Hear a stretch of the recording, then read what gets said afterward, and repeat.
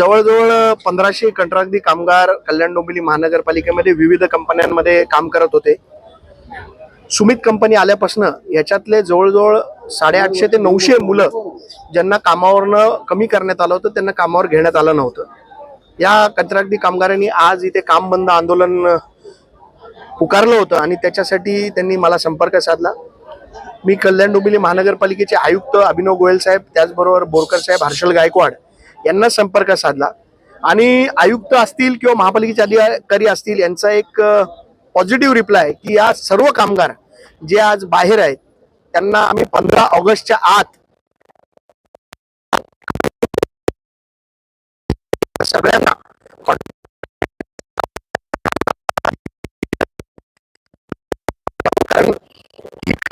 काम करणारी गेल्या 8 वर्षापासून कोविड मध्ये काम करणारे माझे कामगार आहेत, यांना कुठेही तरी नवीन कंपनी आली म्हणून रस्त्यावर काढणं योग्य नाही।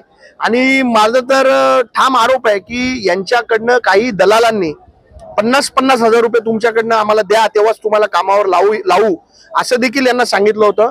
आणि मी आज तुमच्या माध्यमातून सगळ्यांना सांगू इच्छितो की कोणालाही 1 रुपये कामावर लागण्यासाठी द्यायची गरज लागणार नाही असं आश्वासन महापालिकेने आणि सुमित कंपनीने देखील दिलेलं आहे।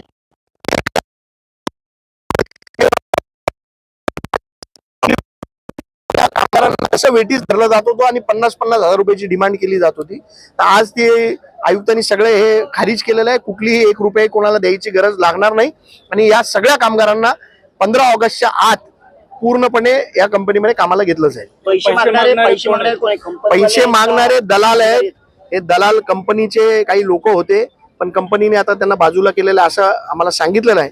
परंतु परत जर आमच्या कानावर आलं तर त्यांना शिवसेना स्टाईलने प्रसाद मिळेल, जे कामगारांकडनं पैसे मागतील त्यांना। जे जुन्या कंपनीमध्ये जुन्या कॉन्ट्रॅक्टरकडे काही लोकांचा पगार थकलेला आहे त्याच्यासाठी बोरकर साहेबांशी माझं बोलणं झालेलं आहे आणि त्यांचाही पगार लवकरच मिळेल अशी अपेक्षा आम्हाला आहे। देखील आम्ही इथे आलो आहे ते महापालिकेच्या प्रशासनाच्या सोबतच राहण्यासाठी आहे।